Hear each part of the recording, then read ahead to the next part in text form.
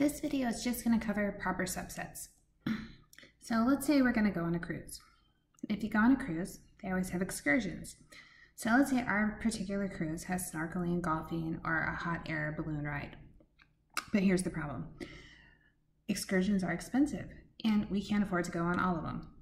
Let's say that each excursion costs $250 and we only have $500 left in our budget to be able to go on an excursion, so we're left with what should we do? So we have some choices. We could do nothing, right? Say let's just not go on an excursion, we'll save our money. Or we could say let's just be responsible and pick one. So maybe we'll just go snorkeling, or we'll just go golfing, or we'll just go on the hot air balloon ride. But because we have the money, and how often do you go on a cruise, maybe we pick to go on two. So maybe snorkeling and golfing, or snorkeling and the hot air balloon ride, or maybe golfing and the hot air balloon ride. But we can't pick all three because we can't afford it. Right? This is like having a proper subset. We can't have it all. Could someone else do all three? Absolutely, right? They could probably do it, but that's not us. We are sticking to not going overboard on our expenses. So what we want to think about when we're thinking about proper subsets is it just can't be the whole thing. Proper subsets have to be smaller than the original set. So let's try another example. Let's say we're going to breakfast. And we have this really small menu that we can get eggs or bacon or pancakes or waffles. So here we are at breakfast and we think, what are we going to get? Right? What are we going to order? So we have some choices. We could be really picky and say like, I'm not getting anything, right? That's a choice. You could get nothing.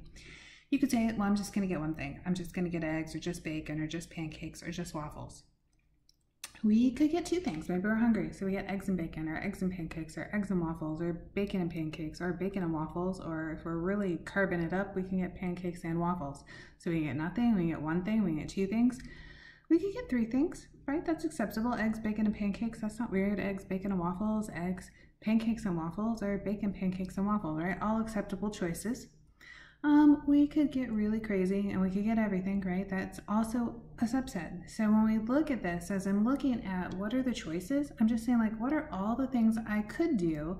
But we just want to say like, it wouldn't be proper if we got everything. Really like that big thing of like, let's get everything. That's what proper says, is it says, don't get everything. Don't go crazy. Don't be selfish. Like leave something, right? Leave something on the table. Don't get it all. So proper is thinking, we're not going to get it all. We're going to get something smaller. So get nothing, get one thing, get a couple things, but don't go overboard and get the whole thing. Don't order the whole menu. That's a lot. When we talked about the number of subsets, we said there's 2 to the n, right? So these are all the choices we could do. And if we went back and counted, like in this last one where we had 4 choices of eggs, bacon, pancakes, and waffles, you can see that this was one choice.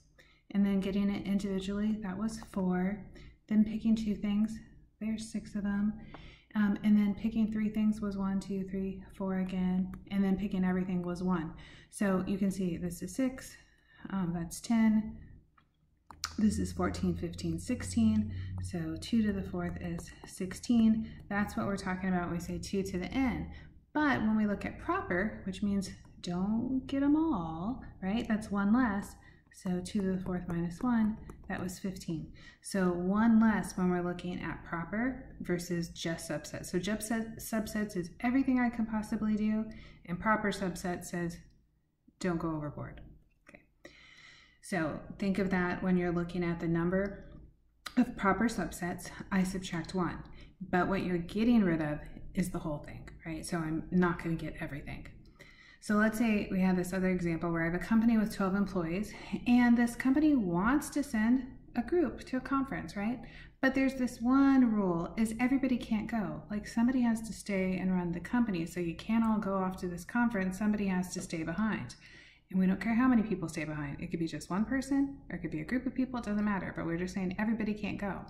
So when I look at the different ways that you could send these 12 people and pick a group of them to go to a conference, that's like picking the number of proper subsets, right? We're saying we can have any small group. Nobody could go, 1 person, 2 people, 3 people, whatever. Just don't send everybody. So from those 12 people, I would go 2 to the 12th and then minus 1. So this is there are 4,095 different ways we could pick a group of people to go to this conference as long as we keep somebody at home. All right, so let's just look at this a little just in set theory notation and say, again, what I want you thinking is proper subsets are always smaller than the set. So like I can see the set 1 is a proper subset of the set 1, 2. How am I showing in notation that it's proper? Is because I'm only using the symbol that doesn't have a line under it. So the symbol without a line shows they're not equal, that this is really smaller. 1 is smaller than the set 1, 2. Same thing, if I pick the set A, B, C, D, and then I compare it to the set of letters in the alphabet, A, B, C, D is smaller. So I don't put the equal sign because I don't have to. A, B, C, D is smaller than my whole set. So I'm really showing that by using this symbol without the line. Again, 2, 4, 6, 8, and it goes on. So this is all even numbers, is a subset of natural numbers. So natural numbers are 1, 2, 3, 4, 5, 6, 7, 8, right? It goes on forever, even and odd. But 2, 4, 6, 8, it's part of it. And it's smaller, so I'm showing it smaller by showing this symbol. If I wanted to, though, I could have used this subset. I could have used the subset with a line under. It shows it's smaller, right? It's okay. So you have choices. When you have a proper subset, it's acceptable to use either one of these symbols. So you can use the one without the line or with the line, they're both correct. So because I have the choice, if I was asked a question of which one do I use, I would say I could use both. Same thing with the letters in the alphabet, and the same thing with the evens being a subset of the natural numbers. What happens is anytime you can use the proper subset symbol, you can use the regular subset symbol. That's always allowed. I kind of compare it to inequalities. So you know these symbols of less than or equal to, or just not less than or equal to. It is fine to say that 4 is less than 5, but we could also say as 4 is less than or equal to 5. Those are both true, right? I had choices. 10 less than 2, not true, so I would just say not true. But 8 I would have to say less than or equal to 8. I can't say less than. 8 less than 8, that's not true. 8 less than or equal to 8 is true. And I didn't give you another choice of equals. So since I didn't give you that choice, you're not allowed to use it. So given these opportunities, you have to use the symbols offered to you. So with sets, this is what I offer you. I offer you proper subset, regular subset, or I say not a subset at all. So same kind of thing's going to happen when I look at the set 4 and the set 4, 5, 6. 4 is a proper subset, but it would be just as acceptable to say the set with a line under it. So both of those are true. I could put either one of those in there, and these are true statements. With 1, 2, 3, it is not a subset of 1, 2, so I would mark it out. And then this last one, 3, 4, 5, 6, with 3, 4, 5, 6, well, they're the same. So the only thing I'm allowed to put in is the one with the equal inside, right? So the subset with the line under it, these are the same, so I need to say that they are the same.